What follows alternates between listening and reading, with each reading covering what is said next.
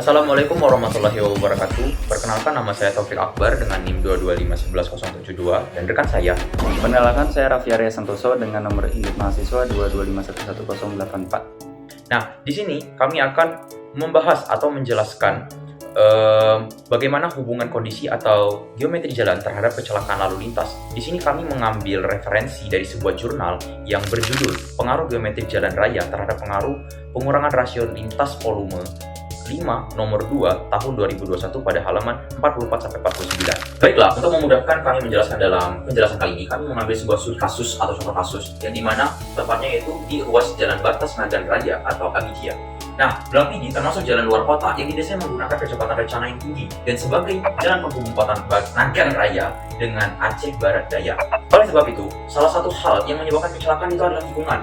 Nah, kecelakaan pada tikungan itu dikarenakan ketidaksesuaiannya desain geometrik jalan atau tikungan dengan standar perencanaan yang berlaku sesuai dengan batas persyaratan seperti jarak pandang.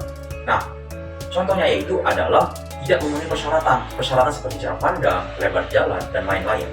Hal ini juga diperburuk dengan perilaku pengendara atau seseorang yang berkendara dengan kecepatan tinggi karena tidak semua sifat pengemudi itu sama sehingga menyebabkan banyaknya permasalahan di jalan. Di sini kami mempunyai hasil dan pembahasan, yaitu yang pertama yaitu analisis kecelakaan. Kami mengambil contoh analisis kecelakaan dari 5 tahun ke belakang ini, yaitu dapat ditampilkan pada tabel dan grafik seperti berikut. Kemudian, kami juga mengambil contoh yaitu dari jumlah total korban kecelakaan meninggal dunia, yaitu kita bisa lihat pada tabel berikut ini. Kemudian ada faktor utama dari penyebab kecelakaan di ruas jalan. Banyak sekali, yaitu berhenti mendadak. Kedua, ceroboh saat berbelok. Ketiga, mengabaikan aturan yang lajur. Selanjutnya, menyelip saat tikungan. Selanjutnya lagi, ceroboh terhadap lalu lintas dari depan. Selanjutnya lagi, gagal menjaga jarak aman. Kemudian ada gagal memberi isyarat atau lampu sein atau remnya yang tidak menyala. Kemudian ada melampaui batas kecepatan. Dan yang terakhir itu mengabaikan rambu dan marka jalan. Sangat banyak sekali. Selanjutnya, ada analisis kecepatan. Analisis kecepatan kita harus mengetahui analisis geometri jalan, yaitu dengan cara memperoleh waktu tempuh rata-rata, kemudian dikonversikan menjadi kecepatan rata-rata pada kendaraan, yaitu kendaraannya adalah kendaraan pribadi, kendaraan umum, bus besar, pick up, truk tronton, sepeda motor, dan becak. Kemudian berdasarkan data yang kita ambil sebesar 1%, kemudian dapat kita tampilkan seperti tabel berikut. Oke, selanjutnya kita masuk ke analisis geometri jalan. Yang pertama, analisis jari-jari tikungan. Dari hasil perhitungan menggunakan kecepatan rata-rata pada tikungan dari dua arah, yaitu arah jembatan ke kota Babahrut dan kota Babahrut ke jembatan, didapat nilai sebesar 50 meter. Sedangkan hasil pengukuran dari lapangan didapat nilai sebesar 46,98 meter. Berdasarkan nilai jari-jari tikungan yang didapat pada ruas jalan lokasi penelitian dikategorikan tidak aman, yaitu tidak memenuhi syarat dikarenakan persyaratan dari tata cara perencanaan geometrik jalan antar kota tahun 1997. Selanjutnya, analisis derajat kelengkungan. Derajat kelengkungan adalah besarnya sudut lengkung yang menghasilkan panjang busur 25 meter. Semakin besar nilai jari-jari, maka semakin kecil nilai derajat kelengkungan.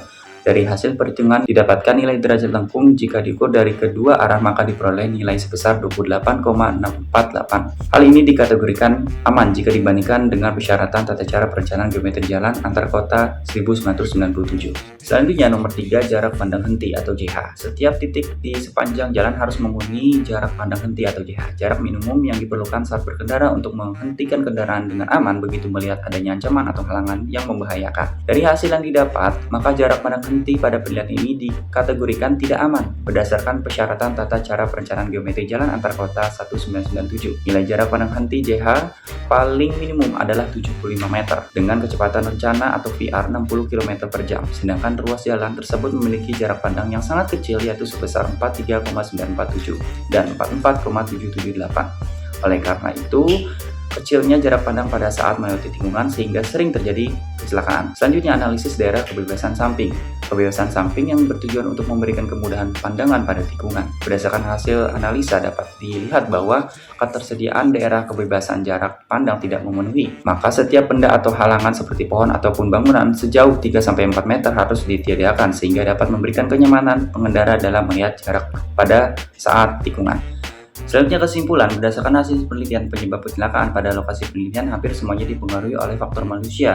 Namun berdasarkan hasil dari penelitian pengaruh geometrik jalan terhadap kecelakaan juga sangat besar dikarenakan banyak segmen-segmen dari geometrik jalan tidak memenuhi standar, baik itu dari jari-jari tikungan dan sebagainya. Dimana dengan kondisi ini dapat disimpulkan salah satu penyebab dari kecelakaan pada lokasi adalah geometrik jalan pada tikungan tersebut.